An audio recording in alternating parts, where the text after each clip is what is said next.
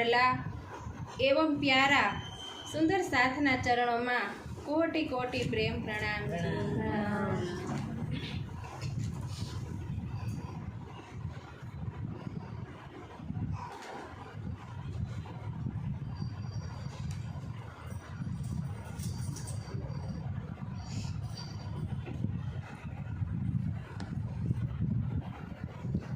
Coat ब्रह्मांड जो हो गए तित काहू ना सुनी, खोज खोज खोजी थके 14 लोक के धनी, 14 लोक के धनी।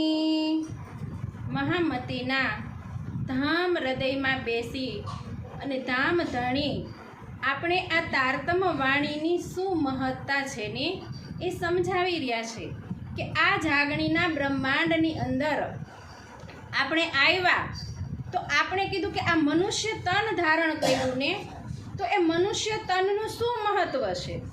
આપણે આની પહેલાં પણ કીધું કે એવા કેટલાય તનો તો ધારણ કર્યા હશે ને, પણ જે આ વખતે કીધું કે 28મા કલયુગની અંદર અને એમાં પણ કીધું કે આ જાગણી લીલાની અંદર જે આપણને તન મળ્યું છે ને એ કેટલું ઉત્તમ છે। જો કે જે આ વાણીને પ્રાપ્ત કરવા માટે કીધું કે કેટલાય એવા તીર્થંકરો પેગંબરો થઈ ગયા, પણ છતાંય આ વાણીના એક શબ્દને પણ કીધું કે નથી પામી શક્યા। તો એવી તારતમ વાણી આપણે જો પ્રાપ્ત થઈ છે કે ભાઈ આ સંસારની અંદર કીધું કે જીવ કેટલી વાર જન્મ લે છે અને જન્મ લેતા લેતા કીધું કે કેટલી યોનિઓમાં પણ એ જાય છે, પણ શું છતાંય આ જીવને કોઈ મુક્તિ આપી શક્યું?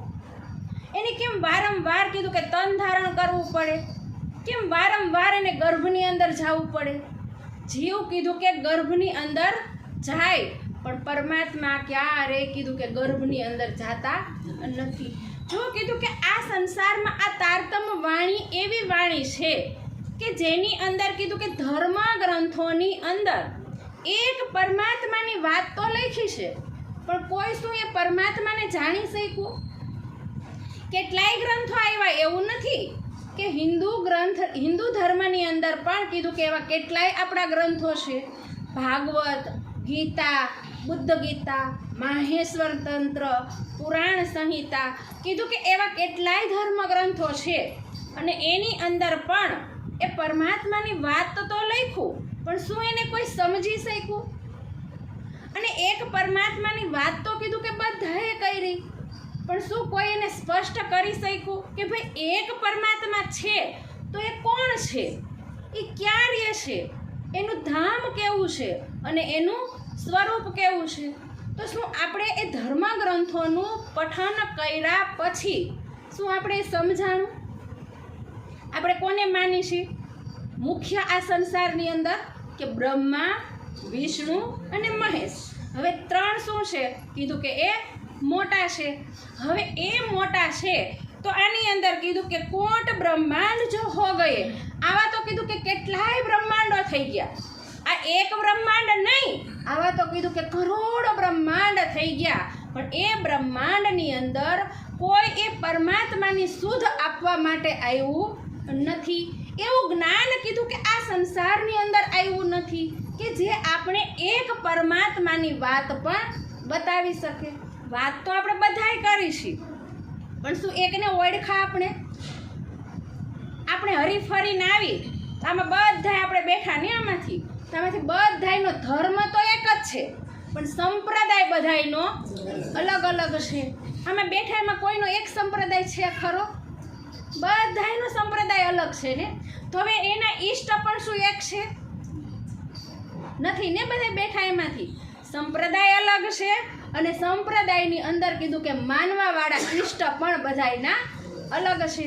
કોઈના રામ છે, કોઈના કૃષ્ણ છે, કોઈના શિવ છે, કોઈના વિષ્ણુ છે, અથવા કોઈના ગમે કેટલા ઈષ્ટ છે આપણા બધાયના। અને તોય આપણે પછી શું કહી? હવે આપણને ખબર નથી ને, એટલે આપણે શું કહી દઈએ કે ભાઈ તમારા છે એ અમારા છે। હવે કોઈ દી તમારા અને અમારા છે એને જાણવાનો પ્રયત્ન કર્યો આપણે કે ભાઈ તમારા અને અમારા એક કેવી રીતના બતાવીએ આપણે? છે આપણી પાસે એનું જ્ઞાન? કોઈ એક બતાવવા માટે કોઈ જ્ઞાન તો હોવું જોઈએ ને એવું કે ભાઈ હાલો કોઈ ગ્રંથની સાક્ષી આપેલી છે કે ભાઈ આની અંદર આ વાત લખી છે અને જે અમે પઠન કરી છે ને એ ગ્રંથની અંદર પણ એ જ વાત લખેલી છે. હવે આપણે એને કેવી રીતના સિદ્ધ કરશું? કેવી રીતના એને પ્રમાણિત કરશું? આપણી સ્વયંની પાસે કીધું પ્રમાણ નથી તો એને પ્રમાણિત પણ કેવી રીતના કરશું? કીધું કે ઓ खोजे अपने आप को और खोजे अपनो घर और खोजे अपने खसम को और खोजे दिन आखिर કે એવો કયો દિવસ છે કે જેની અંદર મને એ પરમાત્માની પ્રાપ્તિ થઈ જાય? કીધું કે બધાય ઘરને ગોતવા માટે જો ફરે છે ને કે ભાઈ આ શરીર છોડ્યા પછી આ જીવનું ઘર ક્યાં છે આપણે ખબર કોઈને? આ શરીર છૂટ્યા પછી આ જીવ ક્યાં જવાનો છે? કયું તન ધારણ કરવાનો છે આપણે ખબર કાંઈ? પણ કીધું કે આ કલયુગની અંદર એને એમાં પણ કીધું કે 28માં કલયુગની અંદર એવું તારતમ જ્ઞાન આ સંસારની અંદર આવ્યું. કીધું કે જે જીવ 84 લાખ યોનિઓમાં ભટકો અને ભટકા પછી અંતે કીધું કે એને આ મનુષ્યનું તન પ્રાપ્ત થયું. તો કીધું કે ક્યારે થયું? તો કીધું કે 28માં કળિયુગની અંદર જે સમયે આ તારતમ વાણી આ સંસારની અંદર આવી અને આ તારતમ વાણીએ કીધું કે આજથી ભવસાગરને કોઈ જીવ પાર નહોતો કરી શક્યો ને તો એ જીવને કીધું કે ભવસાગરથી પાર થવા માટેનું જ્ઞાન આપણી પાસે આવ્યું છે જુઓ. અને એ જ જ્ઞાનને જો આપણે નહીં ઓળખીને તો એવું નથી કે આ જ્ઞાન માત્ર કીધું કે પ્રણામી માટે જ આવ્યું છે, કોઈ નિજાનંદ સંપ્રદાય માટે જ આવ્યું છે.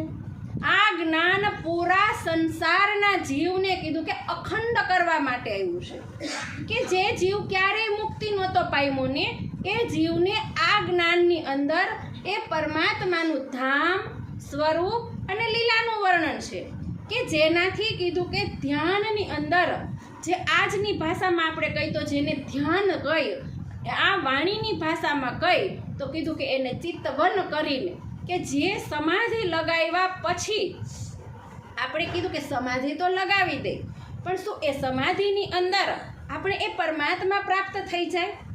જો આપણી પાસે લક્ષ્ય જ નથી એનો કે એનું સ્વરૂપ જ નથી જોયું તો તમે સમાધિ કોની લગાવો? કીધું કે યોગની અંદર 8 નિયમ બતાવ્યા: યમ, નિયમ, પ્રત્યાહાર, આહાર, આસન, ધ્યાન, ધારણા અને સમાધિ. તો હવે આમાંથી આપણી પાસે એકય નિયમ ઉપર ચાલી શકીએ એવું છે આપણી પાસે કંઈ? આપણો આહાર પણ નથી શુદ્ધ, આપણે કોઈ એવા નિયમની અંદર પણ ચાલતા નથી.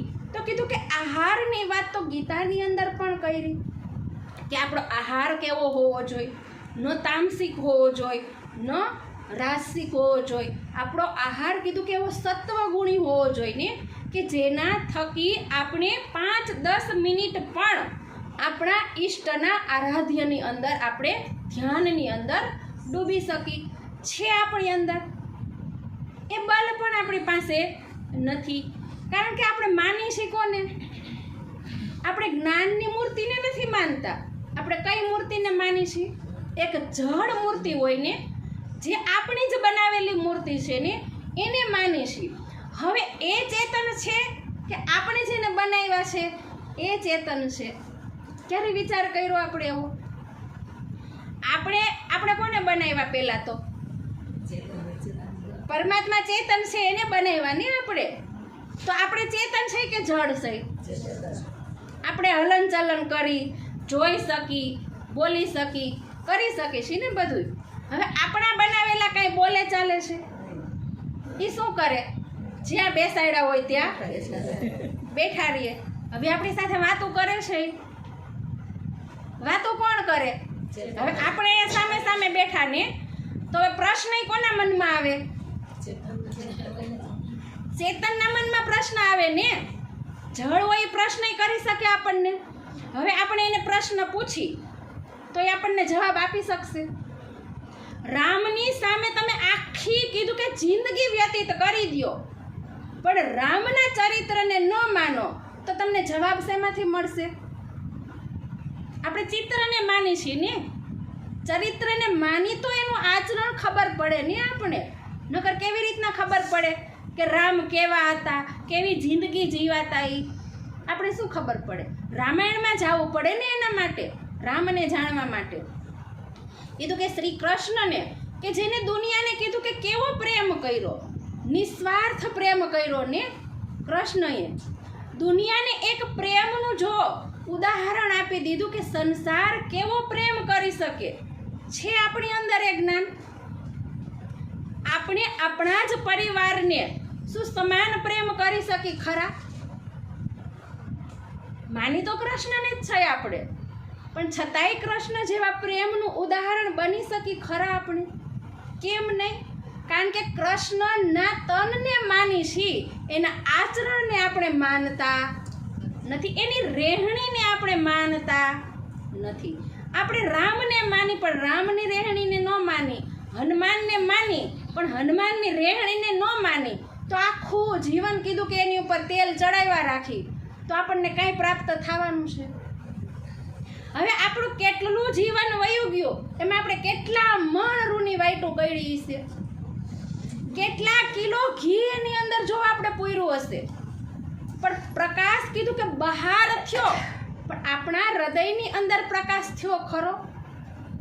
તો જો જ્યાં સુધી કીધું કે હૃદયની અંદર પ્રકાશ ન થાય ત્યાં સુધી બાહ્ય આડંબરો આપણે ગમે એટલા કરી તો શું આપણને કોઈ લાભ થવાનો છે ખરો? કોઈ લાભ નથી થવાનો. જ્યાં સુધી કીધું કે જ્ઞાનની અંદર નહીં ડૂબીને ત્યાં સુધી આપણે કોઈ વસ્તુનો લાભ નથી થવાનો. આપણે માની